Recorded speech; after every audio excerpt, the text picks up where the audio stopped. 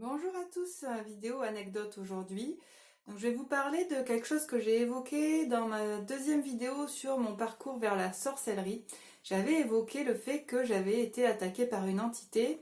J'avais dit, il me semble que je ferai une vidéo dessus, mais je ne l'ai pas fait. Et une abonnée me l'a rappelé il n'y a pas très longtemps. Donc voici venue cette vidéo. Alors pour remettre le contexte de cette attaque, ça s'est passé il y a longtemps. Voilà, il y a vraiment, ça remonte.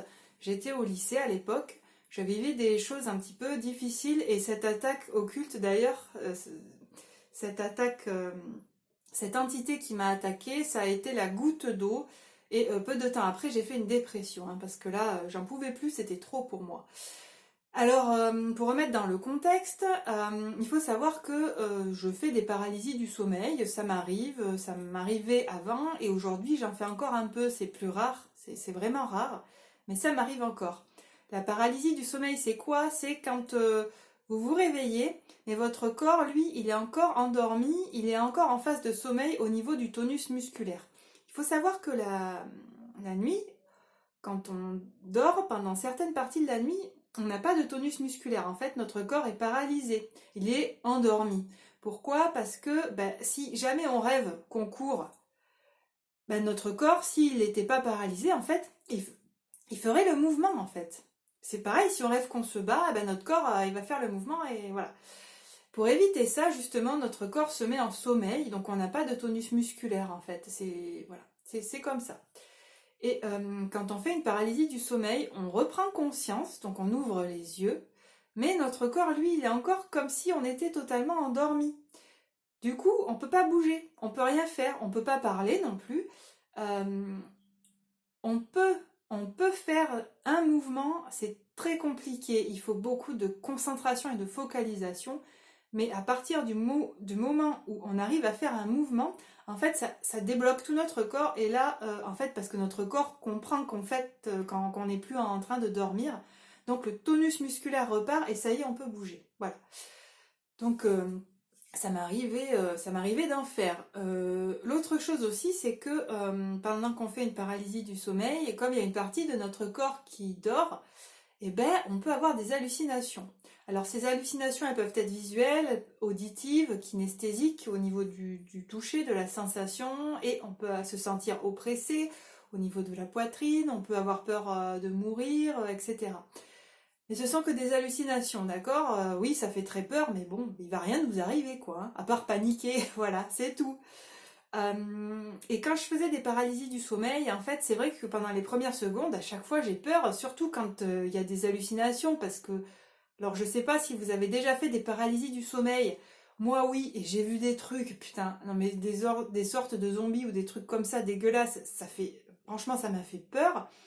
Mais je sais que c'est une paralysie, donc je me calme, je me dis ok Avel, c'est rien, ça va passer. Du coup je me rendors, voilà, et puis c'est bon quoi, il n'y a pas de problème.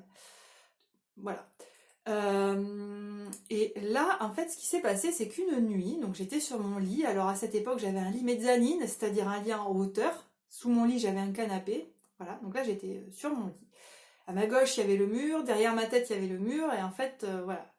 Au niveau de mes jambes et sur la droite, il n'y avait rien. Puisqu'après, il y avait le reste de ma chambre, mais il fallait que je descende l'échelle du lit.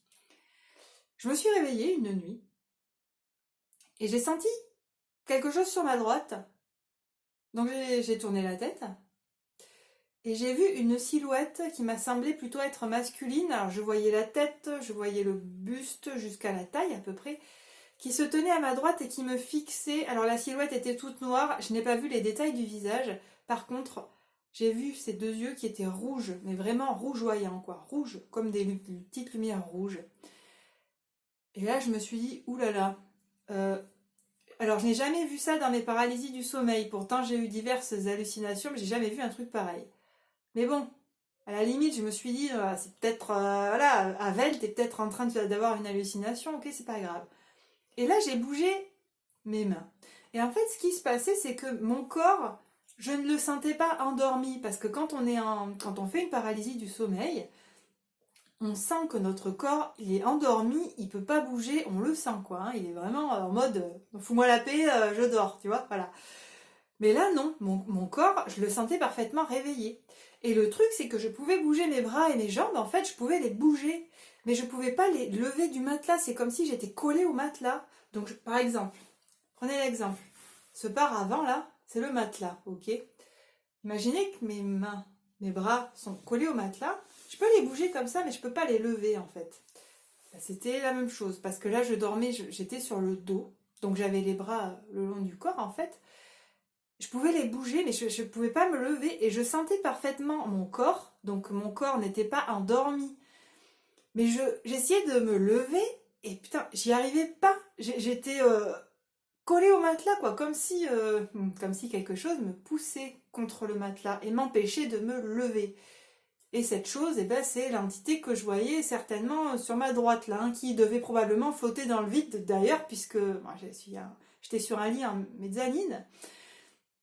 Et j'ai commencé à ressentir une force sur mon sternum et sur ma poitrine qui commençait à m'écraser. Et plus j'essayais de me lever, plus cette chose me faisait mal et appuyait sur mon sternum. Et là, j'ai commencé à avoir très peur parce qu'en fait, je me suis dit, oula, mais attends, je vais mourir, mais je vais mourir quoi. J'ai essayé de parler, j'ai pu ouvrir la bouche, mais il n'y a aucun son qui sortait. Du coup, j'ai des larmes qui ont commencé à couler le long de mes joues parce que là j'ai eu peur. J'ai eu très très peur. Et ce truc me fixait, cette entité-là, elle me regardait, elle ne bougeait pas, elle était juste fixée sur moi avec ses yeux rougeoyants. Et il y avait vraiment quelque chose d'assez malsain qui s'en dégageait. Alors, je pense qu'elle devait se nourrir de quelque chose. Peut-être qu'elle se nourrissait de ma joie, de mon espoir, ou qu'elle avait besoin de nourrir, de faire grandir mon désespoir et ma peur, je ne sais pas. Mais vraiment, là, j'ai eu peur de mourir, quoi. Et j'étais terrorisée, quoi. Merde, j'avais 16 ans, 15 ans à l'époque. Et là, vraiment, voilà, la seule chose que j'avais en tête, c'est putain, je vais mourir et je vais mourir comme ça. Pourquoi? Parce que j'habitais dans une maison hantée à l'époque et que quand j'avais essayé d'en parler, on ne m'avait pas cru à l'époque. Ou plutôt, on n'a pas voulu me croire. C'est pas tout à fait la même chose. Même si après, il y a eu certains changements d'avis hein, par rapport à mes proches. Mais à l'époque, en tout cas, j'étais un petit peu seule par rapport aux phénomènes paranormaux qui se passaient dans cette maison. Et là, je me suis dit, putain, je vais mourir comme ça. Alors, personne ne m'a cru. Et là, il y a une entité qui est en train de m'attaquer et qui va me tuer, quoi. Et je vais mourir comme ça. Et personne va comprendre quoi que ce soit, quoi. Donc, j'avais peur. Je me sentais seule. Je me sentais impuissante. Ah là, je me suis sentie impuissante, hein, parce qu'en plus, je pouvais rien faire. Et puis, après un petit moment qui m'a semblé être une éternité, cette chose est partie d'un coup. Et tout s'est libéré d'un coup et j'ai pu me redresser d'un coup, quoi. Enfin, voilà. Donc je me suis redressée. J'ai repris ma respiration comme si on était en train de m'étouffer parce que c'est la sensation que j'ai eue. J'ai eu la sensation d'étouffer et de manquer d'air. Donc j'ai pris plusieurs respirations très grandes, profondes. J'ai toussé aussi parce que vraiment je manquais d'air. J'ai bien sûr allumé la lumière. Et bon, il n'y avait plus rien, je n'ai plus rien vu. J'ai regardé sur mon corps parce qu'en fait ça m'a fait tellement mal, j'ai senti vraiment un appui d'une force extérieure sur mon corps. J'étais persuadée qu'il y aurait des marques, mais en fait il n'y a pas eu de marques. Voilà. Et ça d'ailleurs ça m'a un peu... limite j'étais un peu triste qu'il n'y ait pas de marque parce que je me suis dit putain il n'y a pas de marque, personne va me croire quoi. Mais bon, d'un autre côté c'est peut-être pas plus mal qu'il n'y ait pas eu de marque. Hein. Voilà. Et bien sûr, le reste de la nuit, j'ai essayé de rester réveillée parce que vous vous doutez bien que j'étais terrorisée. Voilà. Cette chose n'est plus jamais revenue, je ne l'ai plus jamais revue, mais bon, de toute façon, ça m'a quand même, ça a suffi à me casser le restant de morale que j'avais, quoi, parce que là, c'était trop, c'était trop. J'étais dans une période difficile de ma vie, et là, vraiment, ça a été la goutte d'eau. Donc, quelques temps après ça, j'ai fait une dépression, hein, voilà, c'est comme ça. Le lendemain, j'ai voulu en parler à ma mère, mais elle n'a pas voulu me croire parce que ça impliquait beaucoup de choses pour elle. Ça impliquait d'admettre certaines choses et à l'époque, elle n'était pas prête. Voilà, donc je n'en ai parlé à personne du coup, sauf à ma mère, mais voilà. Et j'ai gardé ça pour moi. Et les nuits suivantes, j'avais toujours aussi peur que cette chose revienne. Je n'étais pas allée chercher des informations sur Internet parce que bon, à l'époque, j'avoue que j'avais pas le réflexe d'aller chercher sur Internet des infos. Et en plus, ça remonte à il y a plus de 10 ans quand même, hein. Et il n'y avait pas autant d'infos sur Internet sur les sujets occultes et ésotériques que maintenant. Voilà, donc j'ai vécu avec cette peur pendant très très très longtemps. Parce que vraiment émotionnellement ça m'a beaucoup perturbée, ça m'a tellement perturbée d'ailleurs que j'ai certaines de mes capacités qui se sont refermées à la suite de cet événement, hein. J'ai fermé les écoutilles, hein, parce que inconsciemment j'ai fermé des portes. Parce qu'en fait ça m'a tellement fait peur. Je me suis dit non mais moi je veux plus jamais revivre un truc comme ça là, hein. Donc voilà. Quelques années plus tard, j'en ai discuté avec des amis à moi, parce qu'on parlait de phénomènes paranormaux qu'on avait vécus.